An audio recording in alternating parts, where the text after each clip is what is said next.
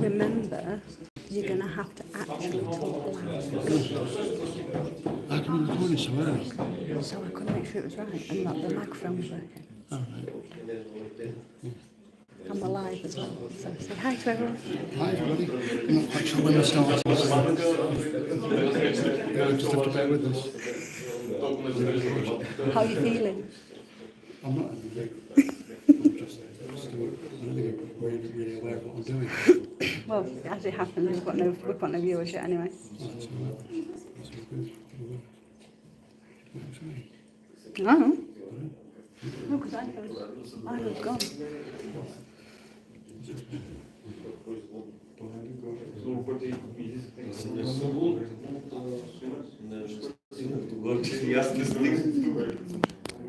You said 2 minutes, didn't you?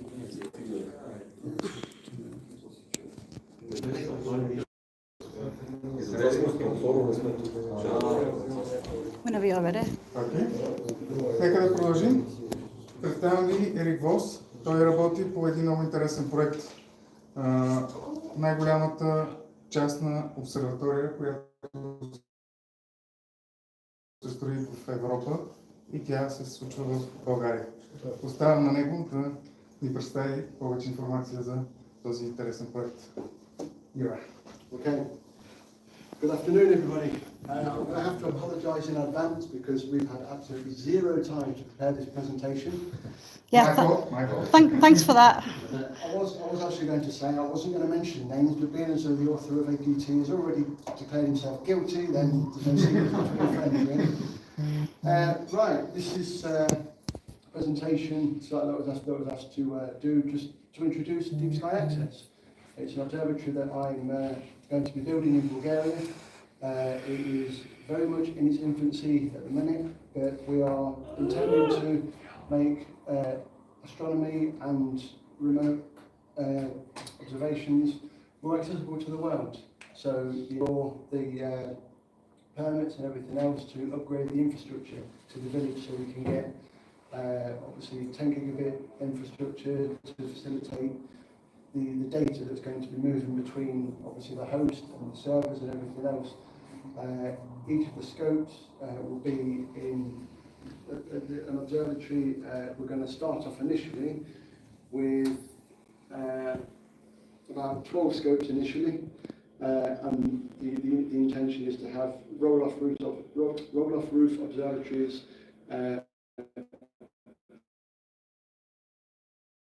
because the array is going to be the rent time on the scopes. The cost is yet confirmed. It depends exactly how much it's going to take in terms of the building the infrastructure and everything else. So we're now at a point of we've got everything planned. All the infrastructure is planned to support everything. So we have the servers. I need to build all that. I also need to work on how the control room is going to connect. We have sort of plans in terms of how the array is going to function. We're also going to be offering the ability for people to host their own scopes. So same near Bortle 2 Skies in the servo, it's Bortle 3, but it's between 2 and 3, so to speak. So it's quite exciting. I've been in the servo now for about 6 months, and we've had maybe 4 or 5 days of cloudy skies. So every other evening has been beautiful seeing, great imaging weather. Unfortunately, I don't have any telescopes in Bulgaria at the minute, so I'm not able to get any images. These ones were captured from the UK, unfortunately. This is what we're going to be allowing people to sort of try and capture for themselves, either by way of raw data or allowing them to use their own scopes to capture the data to then either process it off-site. We are going to be offering a processing service through outreach programs and things like that, trying to get institutions engaged, outreach and things like that for universities and basically just anybody really that wants to that wants to be involved. So this basically brings us to the objectives about providing high quality equipment to anybody that wants to use it. In my experience, there are a lot of other observatories that rent equipment, and it's either consumer grade, it's okay for individuals, but when under heavy use and things like that, you get a lot of dead pixels, and the equipment just doesn't stand up well to prolonged use. A lot of the equipment is sort of consumer grade, but we're investing a lot of money in terms of trying to make sure that everyday people get to use super professional equipment. We're going to have plane wave CDKs, say 14-inch CDKs, L350s, 10 micron mounts in terms of keeping everything solid. We're going to be using active and adaptive optics in order to ensure that the atmosphere plays as little role as possible in terms of causing issues with the raw data. As I've mentioned, the area surrounding the server, there's very little light pollution. The scene is absolutely fantastic. I've taken my own SQM measurements in terms of the sky brightness, and we are almost a quarter to 2. I'm sure you'll all agree that's fantastic skies, and there's very little in the way of traffic, so there's no real artificial interference, etc. So yes, it's all quite exciting. I hope you guys agree, because it's a fantastic project. Hopefully, when it's all up and running, and we're trying to sort of build it here, because the skies are fantastic, the people are fantastic, and it's just a wonderful country, I think, to try and build a project like this. Right, what are we on now? Yeah, so as outlined before, initially in the rental array, there's going to be 12 scopes, all professional grade, all using CMOS and SCMOS cameras. People will be able to connect to these scopes whenever they like, as long as it's clear, obviously. And you'll be able to, as soon as I've developed all the software, we are going to be using Indy, because it's sort of homegrown, and the reason for using Indy is because it works very nicely over TCP/IP, which means that we're not going to have to suffer from bottlenecking on USB buses. So we're going to be using fibre optic and 10 gigabit Ethernet throughout the internal of the observatory. So it should make lucky imaging quite easy to do, alongside massive DSO data sets. So as I said, we're going to be using cameras from Moravian Instruments, because they tend to be, according to my research, very, very high quality cameras. Me and Ivo today, we were talking about player one cameras. I'm not opposed to trying that, because it's all community based, and if somebody wants to recommend any equipment, or somebody comes to me with a proposal to say you should use this in your observatory, we can work out a deal, I'm sure, because it's not me just deciding what equipment should be used, although it's been very, very difficult to decide. It's all about you guys ultimately, and if there's any ideas or any feedback, things that we do right or things that we do wrong, if we do, I want to hear everything, not just the good but the bad as well. May I interrupt you for a second? Of course. I'm a developer of Indigo. Have you heard about it? Yeah, and that's Why don't you consider it? I am. And why did you choose Indy over Indigo? It's shorter. I've not necessarily narrowed it down, because we're using the terms interchangeably, but I'm not opposed at the minute to. No, I'm just asking what are the pros and cons. Why do you choose Indy over Indigo? This is interesting for me as a developer, because this would be a valuable feedback for me. Because I initially was considering Alpaca, because obviously Ascom, and I didn't want to use Ascom because it was a USB based, and then obviously Alpaca was released, and that's brilliant because it talks over a network. The reason I've not really considered Indigo is because I've not really heard about it that much. Yeah, well, I can tell you something else. We have a bridge which is from Indigo to Alpaca. So if you want, you can use your hardware with Indigo drivers, yeah, and you can connect them with Alpaca interface. Okay. Yeah, we have Alpaca agent. So okay. Indigo as opposed to Indy, Yeah. has so-called agents. Okay. These agents are responsible for guiding, for plate solving, for scripting. You can write scripts in JavaScript, Okay. which can do virtually anything. You can automate everything in your observatory using these scripts. Yeah. Even the sequencing in Indigo is written in JavaScript. Okay. So you can write simple sequence and complex sequences with a very good API, Yeah. so that you can do virtually everything.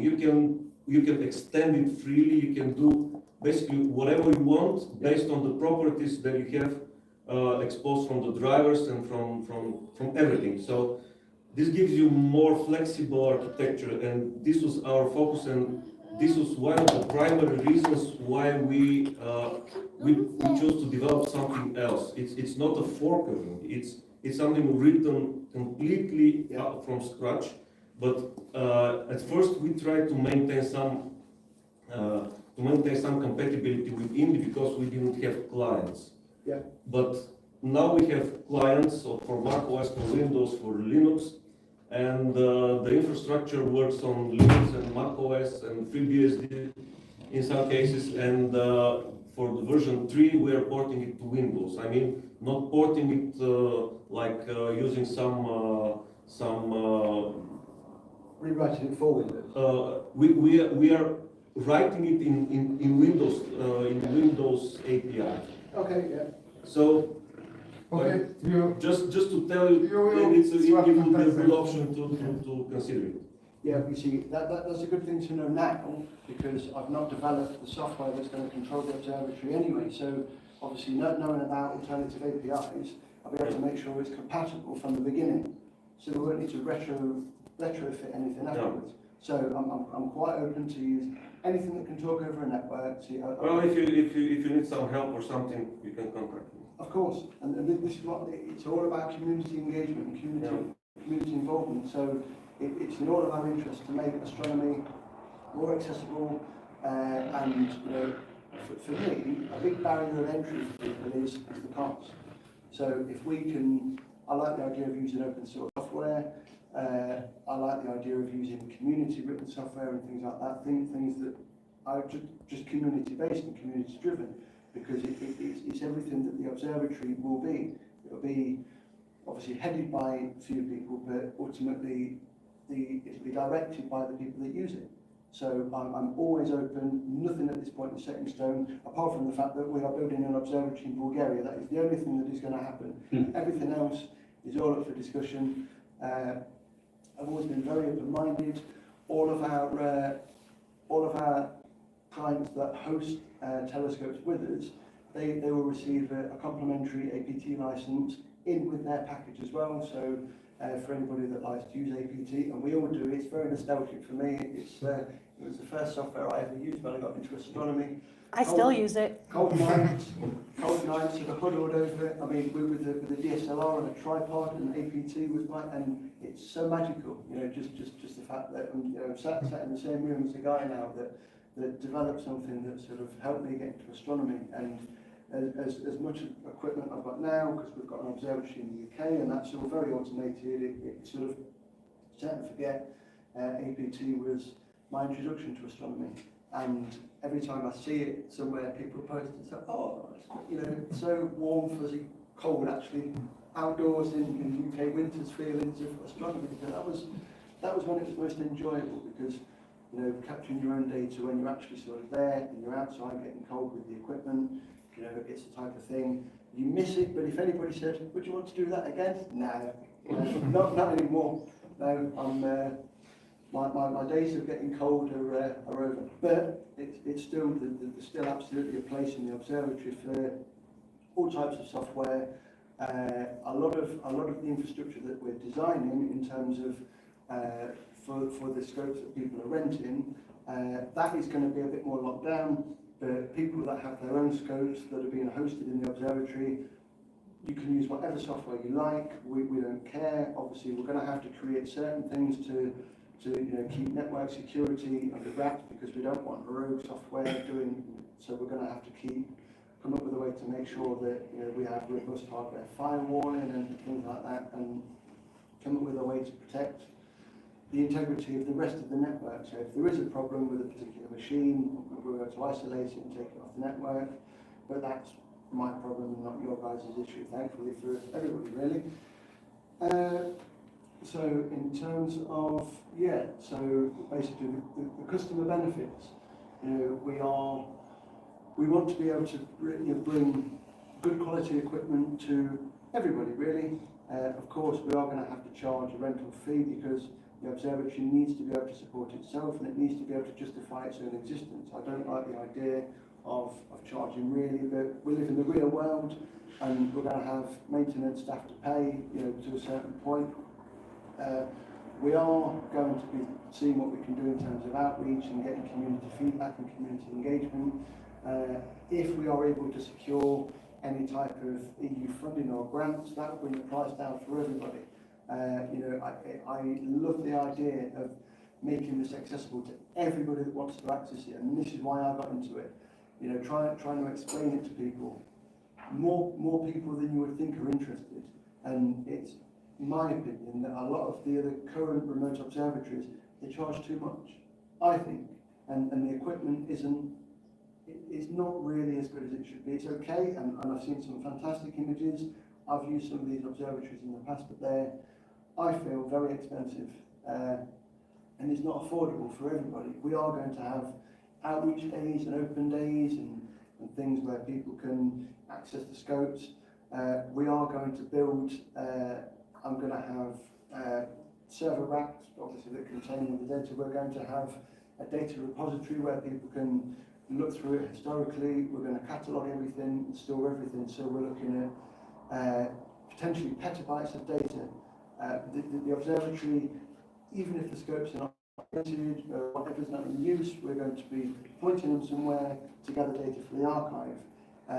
Institutions are then going to be able to either have access to certain portions of it.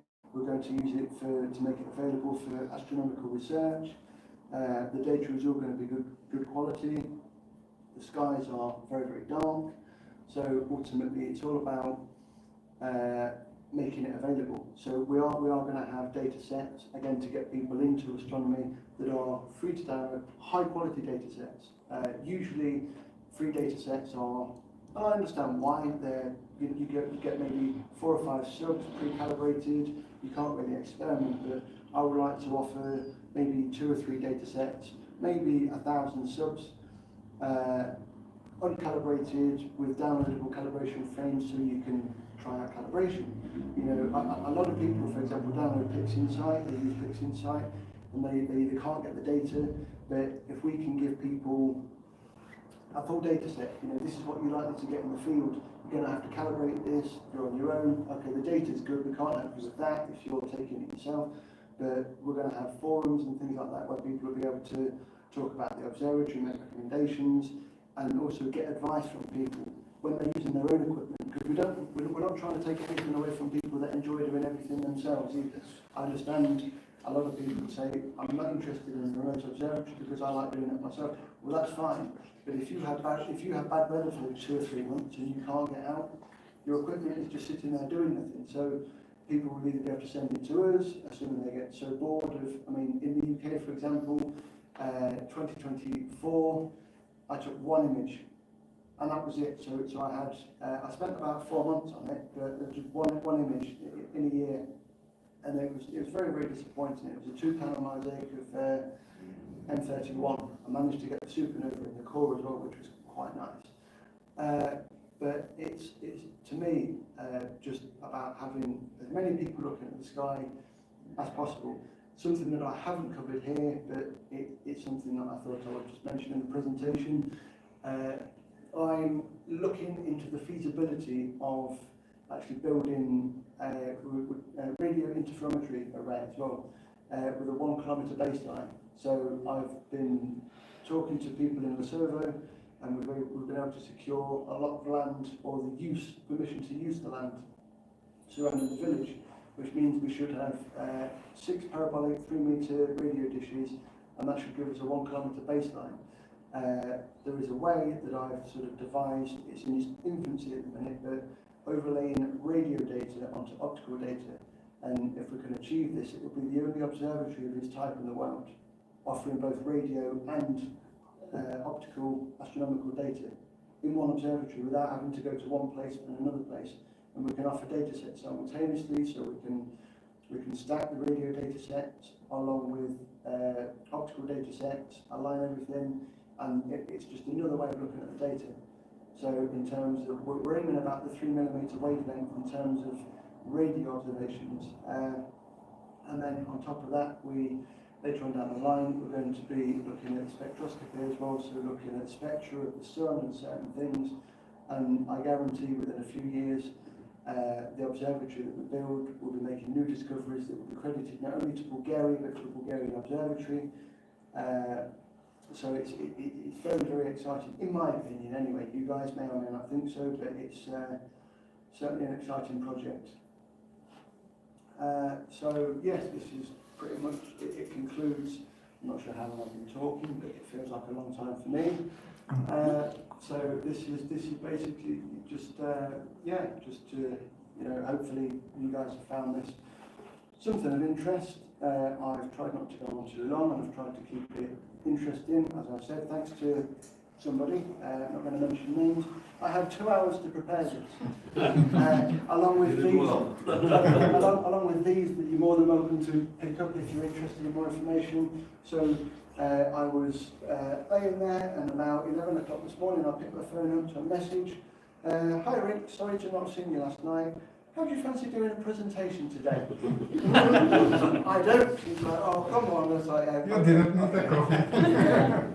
He said, oh, okay. He said, what are you going to title your presentation? I said, I haven't written the damn thing. I don't even know what I'm going to say, let alone what I'm calling it.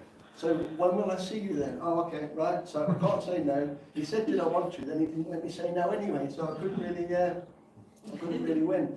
But if you guys have got any questions, then I appreciate I may have been quite vague on certain things, so if there's anything you guys would like to ask, I'm more than happy to answer any questions. And like I said, there's more information here if you're interested in taking a copy. There's an email address Not on there as well, but the website isn't finished. I have it all designed and ready to go, but I've not deployed it to a server yet. I own all the server infrastructure that the site's going to be deployed on, so at the minute you'll just see a TVSG, that is my company in the UK. We provide hosting and server support all over the world. That's what I do when I'm not doing astronomy, which is a lot in the UK because there is never any good weather to do astronomy, which is why we moved to Bulgaria, partly just to do this and to make it work. So if anybody's got any questions, feel free to... I do have one. Yeah. About hosting, can you explain a bit how would it work? Because you said bring your own scope and then handle everything. So what everything includes exactly? Whatever you want us to host, we'll host it. So we supply the pier and the pad. The pads, by the way, we are going to have 27 cubic feet of concrete, so a metre by a metre cubed of concrete, and everything that will be completely isolated, so anti-vibration. That will be backfilled with concrete, with rebar to hold it. The pier will be going on top of that, steel pier, so it's absolutely solid. So in terms of hosting the scopes, you supply the scope and whatever equipment you want, and we'll mount it or host it. If you say want something to be hosted in the observatory you don't have, we can source it for you, have it shipped to Bulgaria, or send somebody to collect it. So basically, you pay for the equipment, we have it delivered. If at any point you want your equipment back, you can either arrange delivery yourself, or we can ship it back to you. But we'll quite happily host anything. It doesn't matter how small it is or how big it is. The piers and the infrastructure will cope with anything. If you want to supply your own control machine, you can do that. We will calibrate and clean the optics should that need doing. We don't charge, and something else I've seen which I don't like, other observatories, they charge you a hosting fee, which is fine, but then if you have to collimate or do anything, they charge you per hour. I can promise you now, for any collimation or any maintenance, it'll be one flat fee. You will know what it is before anything. So if you say my RC or Newtonian needs collimating, we'll tell you what the price is, and that's it. So there's one flat price to have whatever work needs to be done. You would just pay one price, and we're not going to do a per hour thing where it's X amount per hour, because you don't know how long it's going to take, and we think we're good enough at what we do to be able to offer a fair price from the beginning. So there's going to be no hidden cost, there's going to be no trying to trip people up with collimation, or there's no sort of, pay this much now, and then once your telescope's deployed, then you owe us more. I've seen observatories do that, where there's hidden prices within hidden prices. We're not interested. We want to be transparent and flexible. We're all about the community and engaging with the community. So community feedback is really important to us. We're going to be transparent with everybody about everything. So if, for example, either a scope is hosted or rented or whatever, assuming, or more so for the scopes that are sort of people that rent the time, if you book a session and it's cloudy, you get your money back. There's going to be no arguments. We will show a live feed of the weather, so you'll be able to see it. We're going to show the forecast and what's going to be observable. If for whatever reason you don't have the night that we promised you, if for whatever reason you don't get the time that you booked, full refund, no questions. But in terms of your question about how does it work with hosted, can you be more specific? No, I think that pretty much covers it, so thank you. Okay. If we have already built observatory with dome or with shed, can we move if you're not happy with the weather? Yeah. So for example, if for whatever reason you're not happy with the service you're receiving, just let us know. It would be great if you could tell us why, but if it's just down to the weather, unfortunately, we're all at the mercy of the weather. But yes, by all means, we want to be absolutely transparent. Keeping the community engaged and involved is super important to us. We're not out to mislead anybody. So yes, if for whatever reason, I wouldn't feel happy knowing that we've got somebody scoping our observatory that wasn't happy. If you're not a happy customer, I'd rather just shake your hand and say, sorry, it didn't work, and I'd rather part ways amicably rather than you, I really hate dealing with these people. You know, I like the fact that... I probably do not explain it. We are not happy with the weather with the current place and want to move. Oh, sorry. That's answered somebody else's question. Right, so do you want to move a scope from somewhere to the server? Not only the scope, but the whole observatory with dome, with shed. We can do that. We can accommodate that, I'm sure. Yeah.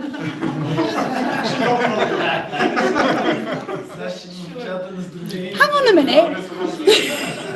I do want some of this land, you know, for myself. Yes,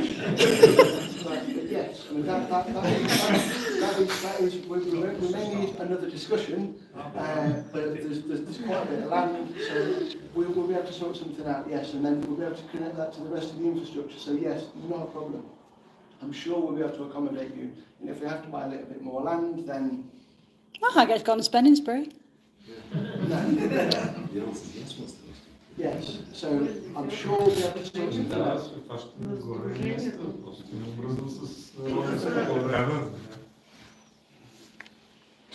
Tonight you will see the observatory that we want to move. No,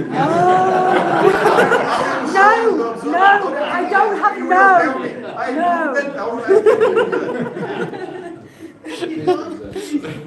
Right, well that might be another conversation.